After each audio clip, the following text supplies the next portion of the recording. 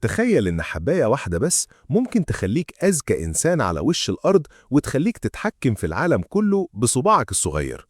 بس التمن هيكون حياتك نفسها لو فكرت تبطلها. بتبدأ حكايتنا مع بطلنا إدي مورا، وهو كاتب فاشل بيحلم يكتب الكتاب اللي هيخليه مشهور وغني.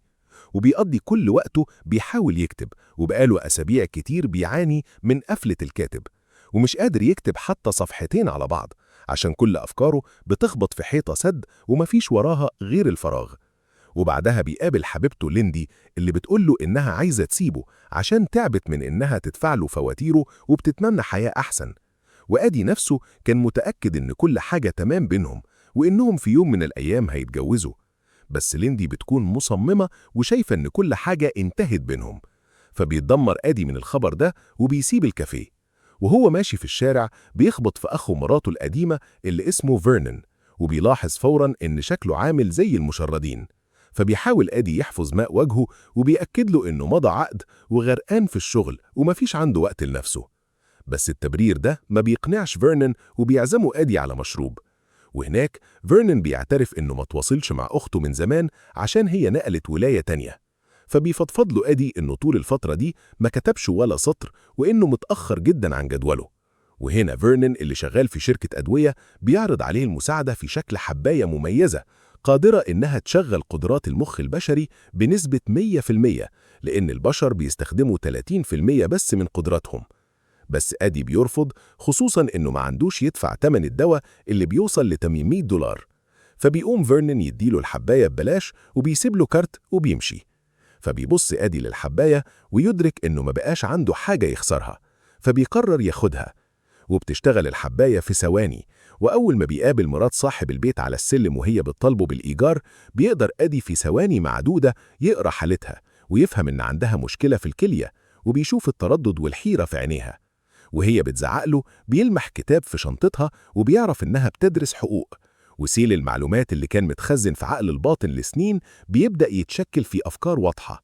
فبيهديها وبيساعدها كمان تجمع الملاحظات اللي محتاجاها. وفي 45 دقيقة بس بيعمل لها تحفة فنية بتخليها طايرة من الفرحة. وبالمناسبة، لو بتحب النوع ده من الأفلام ما تنساش تدعم الفيديو بلايك واشتراك عشان توصلك الحكايات اللي جاية. وبيرجع آدي شقته فبيكتشف إنه عايش في زريبة حقيقية، وإن لو عايز ينظم عقله لازم يبدأ بالفوضى اللي حواليه. والطاقة بتكون حرفياً مسيطرة عليه. وبعد ما بيخلص تنظيف بيقرر ما يقفش وبيقعد فوراً يكتب كتابه، والكلمات بترص نفسها في جمل واضحة ودقيقة. وبعد ما بيشتغل لحد وقت متأخر من الليل آدي بينام. بس في الصبح بيكتشف إن القدرات دي اختفت، وإن كل حاجة كانت امبارح ملهاش حدود رجعت للصفر. بس بيفضل معاه النص اللي كتبه، فبيعرضه على المحررة بتاعته. ولما بيرجع البيت بيلاقيها سايبة كذا رسالة على جهاز الرد الآلي، وهي مبهورة بشغله. فبيقرر آدي يكلمها، بس بيدرك إن النص ده ما كتبوش آدي العادي، ده كتبه آدي تاني خالص. ولما بيعرف إنه محتاج الحباية دي تاني بيروح لفيرنون اللي بيقابله ووشه مضروب، وما بيرضاش يقوله مين اللي عمل فيه كده، بس بيعترف له إن الدواء ده لسه ما توافقش عليه من الوزارة، وإن إنتاجه غير قانوني بالمرة. ولما آدي بيعترف له إنه محتاج حباية تانية بيوافق يتناقش معاه، بس بيطلب منه يجيب له بدلته من الدراي كلين ويجيب له فطار. بس لما بيرجع بيكتشف آدي إن فيرنون مقتول، فبيتصل بالبوليس فوراً. وفي لحظتها بيخمن إن القاتل كان بيدور على الحبوب واحتمال كبير ما يكونش لاقيها. فبيترعب، ولما بيشوف الشقة مقلوبة ما بيهتمش، وبيدور على الكيس المطلوب وبيزود الفوضى أكتر من غير ما يفكر في العواقب. وأخيراً بيلاقي اللي بيدور عليه جوه الفرن معاه رزمة فلوس. فبيخبي الكيس وبيفتح الباب للبوليس اللي وصل. وفي الاسم بيدعي إنه ما يعرفش فيرنون كان شغال في إيه، وإنه قابله بالصدفة البحتة. فبيسيبوه البوليس وبيطلبوا منه يسيب رقم تليفونه. ولما بيرجع البيت بياخد حباية فوراً، فبيصفى ذهنه تاني والعالم بيبقى حاد ومنظم قدامه. وفلوس فيرنون مع دفعة قوية من التحفيز بتسمح لآدي يخلص الكتاب في 4 أيام بس. حباية واحدة في اليوم بتخلي قدراته ملهاش حدود، وبيتغير بسرعة جدا وبيتحول لشخص واثق من نفسه بيفهم في كل حاجة، بوكر وبيانو وطب وبورصة، وما بقاش فيه أي مواضيع مقفولة قدامه. وفي أي قعدة بيكون هو مركز الاهتمام، والخوف والخجل بيختفوا وما بيقدرش يقف لأن إحساس القوة المطلقة مسيطر عليه تماماً. وقريب جدا بتبدأ فكرة تتشكل في دماغه هتنقله لمستوى تاني خالص، فبيبدأ يدرس سوق الأسهم، وبمساعدة آخر $800 بتوع فيرنون في يومين بس بيكسب $7000. بس النمو ده بيبان بطيء جدا لأدي، والبنوك بترفض تديله قروض عشان ما عندوش ماضي مستقر، فبيروح لزعيم عصابة روسي اسمه جنادي اللي بيوافق يديله $100,000 بفايدة عالية جدا. وبدعم من كيفن صاحبه الجديد بيلاقي شغل، ومن هناك بيبدأ يتداول بجدية في البورصة. وتحت تأثير الحباية أدي بيتحول لآلة خالية من العيوب في تحليل الأسواق، وعلى آخر الأسبوع حسابه بيكون فيه $2,000,000. والإشاعات عن المتداول الناجح بتنتشر بسرعة، وقريب جدا كيفن بيبلغه إن في ممول تقيل جدا اسمه كارل فان لون حدد ميعاد يقابل فيه أدي، والتغيير ده كان لازم يأثر على حياته الشخصية كمان. فليندي بتوافق تتعشى معاه، وأدي الجديد بيبهرها بالإيطال المثالي بتاعه وقدرته العجيبة إنه يخمن مشاعرها، وبسرعة جدا بيرجعوا لبعض تاني. بس في وسط النجاح ده في حاجتين بيبدأوا يقلقوا أدي. أولهم إنه بيلاحظ إن في راجل غريب ماشي وراه دايما، وتانيهم إنه بيجيله نوبات توهان كأن الواقع اللي حواليه بيبدأ يفقد استقراره. وأخيراً بيجي يوم مقابلة كارل فان لون اللي بيتكلم قليل وبيفضل يسمع قصة إزاي في 10 أيام بس قدر أدي يضاعف ثروته مرات كتير.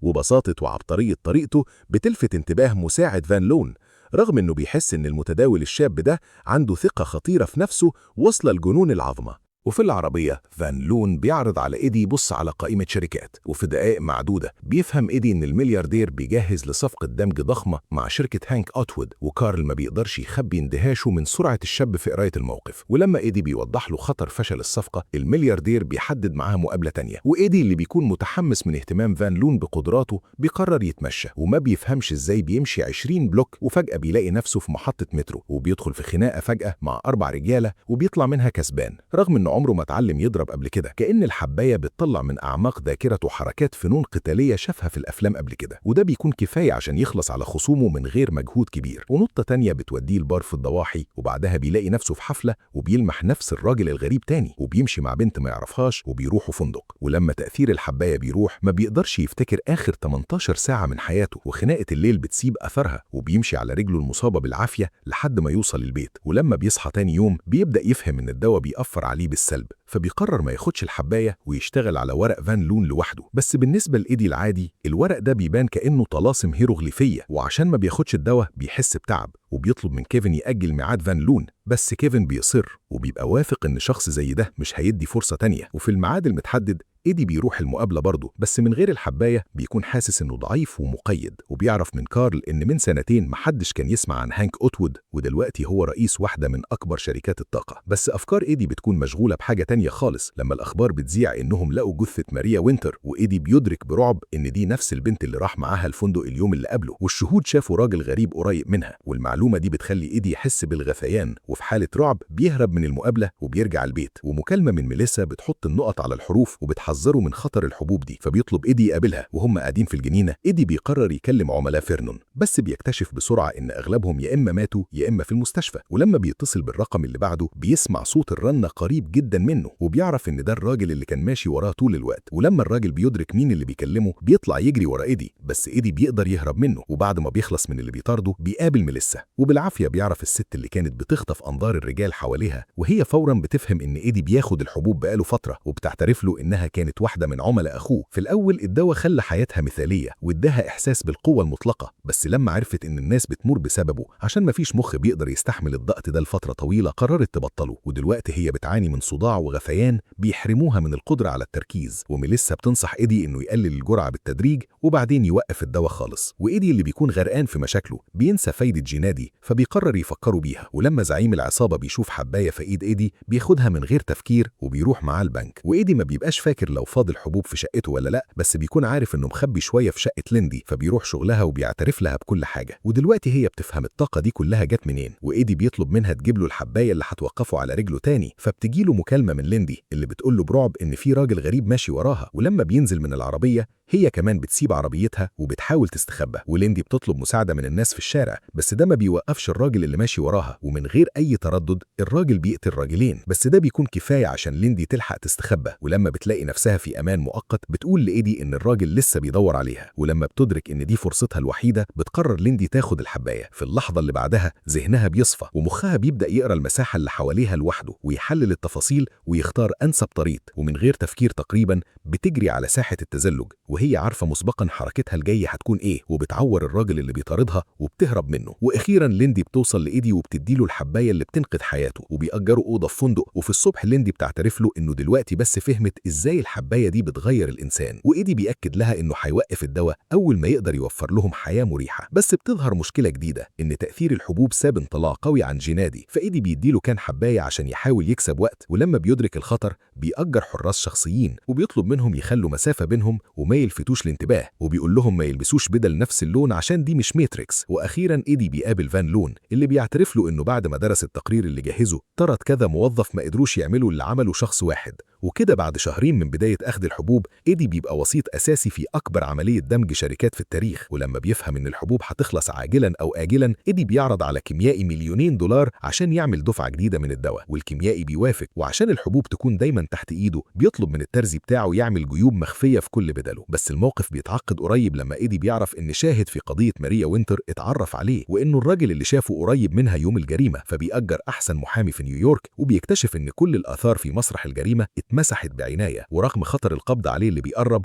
إيدي بيكمل في المفاوضات مع هانك أوتوود، وبعد ما بتخلص بيطلب حسابه على مجهوده. وبالنسبة لفان لون إيدي ما بقاش مجرد موظف شاطر، ده بقى ميزة استراتيجية ما ينفعش يفرط فيها عشان قادر يشوف السوق للسنين قدام ويلاقي نقط الضعف في أكبر الشركات، ولو حب ممكن يروح للمنافسين بسهولة. وعشان يخلي إيدي قريب منه كارل بيفتح له رصيد ملوش حدود ومستعد يغطي أي مصاريف. ولما إيدي بيدرك إنه بيغرق أكثر في لعبة خطيرة بيقرر يشتري شقة في واحدة من أفخم عمارات المدينة، وبيحسب إن السكن اللي فيه نظام أمن معقد هيكون ملجأ حقيقي ليه. وفي الوقت ده جينادي بيظهر تاني وبيطلب حبوب جديدة، وبيبتز إيدي وبيهدده إنه هيفضح قضية ماريا وينتر للصحافة. وفي اليوم المتحدد بدل هانك أتوود مراته بتيجي المقابلة وبتقول إنه تعب فجأة ودخل المستشفى، وهو بيوصلها للعربية إيدي بيتعرف على السواق وبيكتشف إنه نفس الراجل اللي كان بيطارده قبل كده. وفي اللحظة دي بيستوعب إن أتوود كمان كان بياخد الحبوب. وفي طابور العرض المحامي موريس براندت بيختار ناس شبه إيدي بالظبط، والشاهد من ورا الإزاز بيتلخبط في كلامه وما بيقدرش يشاور على الشخص اللي شافه يوم الجريمة. وبالنسبة لإيدي كل حاجة بتخلص على خير، وبياخد الجاكيت بتاعه من موريس وبيروح لكارل اللي بيعرف منه إن أتوود دخل في غيبوبة. والخبر ده بيخلي إيدي يفتكر إنه نسي ياخد الحباية، ولما بيدخل الحمام بيكتشف إن الجيب المخفي فاضي. ولما بيرجع مكتب فان لون بيستلم طرد من السكرتيرة مبعوت له شخصيا، وجواه بيلاقي رسالة من جينادي عبارة عن إيدين حراسه الشخصيين مقطوعة. فبيتجاهل فان لون وبيمشي. ولما بيرجع شقته بيشوف موريس براندت في الأخبار واقف جنب مرات أتوود، فبيفهم مين بالظبط اللي سرقه. وخبط الباب بيطلعه من أفكاره وبيسمع صوت جينادي يطلب منه يفتح فورا. ولما إيدي بيدرك إنه ما عندوش حبوب ومش هيقدر يرشي زعيم العصابة بيقرر ينهي حياته. بس وهو واقف على الحافة وبيستعد ياخد الخطوة الأخيرة بيفتكر فجأة آخر حباية المفروض تكون متخبية في صندوق. فبيبدأ إيدي يدور بجنون والرجالة بيكسروا الباب، ولما بيلاقي الحباية المطلوبة بيتكعبل وما بيلحقش ياخدها. وبيلاقي نفسه في إيد جينادي اللي بيوريه إنه غير طريقة أخذ الدواء، وبيشرح له إن كده الدواء بيدخل الدم أسرع وبيشتغل لفترة أطول. ولما لينادي بيعرف إن إيدي ما عندوش حاجة تاني بيؤمر رجالته يفتشوا الشقة، وما بيلاحظش إن إيدي خبى سكينة ورا ظهره. والرجالة بيكسروا الخزنة وزعيم العصابة بيعلن إنه هيعرف الحقيقة حتى لو اضطر يعذب إيدي لحد الموت. بس ثقة جينادي الزايدة بتخونه، ولما بيقرب منه زيادة إيدي بيضربه ضربة مميتة. والزقة الأخيرة دي بتاخد من إيدي مجهود كبير، بس فجأة بيدرك إن الدواء موجود في دم جينادي، فبيوطي على الأرض وبيبدأ يشرب دمه بشراهة. والدواء بيشتغل فورا وبيعمل نفس التأثير المعروف، والذهن بيصفى والأفكار بتترص تاني في تسلسل مثالي، وخطة واضحة بتتكون في دماغ إيدي. وبيحسب خطوات خصمه كام خطوة قدام وبيخلص عليهم وبيهرب من موت محقق للمرة التانية. وفي نفس الليلة هانك أتوود بيموت، وإيدي بيبلغ حارسه إن الدواء اللي كان ممكن ينقذ رئيسه كان مع موريس براندت، بس هو فضل يخليه لنفسه. والقاتل ما بيعجبوش الكلام ده وبيقرر يعاقب المحامي. وفي نفس الوقت أخيراً إيدي بيوصل للدواء، وبتعدي سنة واحدة وإدوارد مورا مرشح لانتخابات مجلس الشيوخ، وبيتبلغ إن واحد من أكبر الممولين عايز يقابله. وفان لون بيفهم بسرعة إيدي بيبص لفين، وبيفهمه إنه عارف بأمر الدواء وإنه عرف أنهي معمل كان بينتج الدواء لإيدي واشترى الشركة وقفلها، وبكده بقى الشخص الوحيد اللي قادر يرجع الإنتاج. وفي المقابل فان لون عايز حاجة واحدة، إن إيدي لما يوصل للرئاسة يخدم مصالح دايرة معينة من الناس.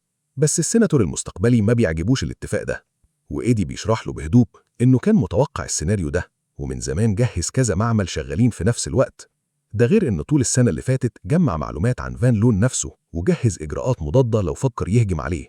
ومهما حاول كارل يغلبه، إيدي لسه شايف الموقف كذا خطوة قدام، وعشان يثبت له ده في ثواني معدودة بيحسبها وبيتوقع حثها تحصل. ومن ضربات قلب فان لون اللي اتغيرت بيفهم إن قلب الملياردير شغال بنص كفاءته وإنه هيحتاج عملية قريب. وكارل بيفشل إنه يقنعه يتعاون معاه. وبعد ما بيخلص من فان لون بيروح يتغدى، ولما بيطلب الأكل بالصيني ما بيبقاش بيفاجئ ليندي خلاص. هنا بتخلص حكايتنا. تفتكروا لو الحباية دي حقيقية وموجودة فعلا، هل كنت هتاخدها وتخاطر بحياتك عشان توصل للقمة؟ شاركوني رأيكم في التعليقات. والرسالة من الفيلم ده إن أحيانا النجاح السريع والسهل بيكون ليه تمن غالي جدا ممكن يسرق منك روحك وحياتك.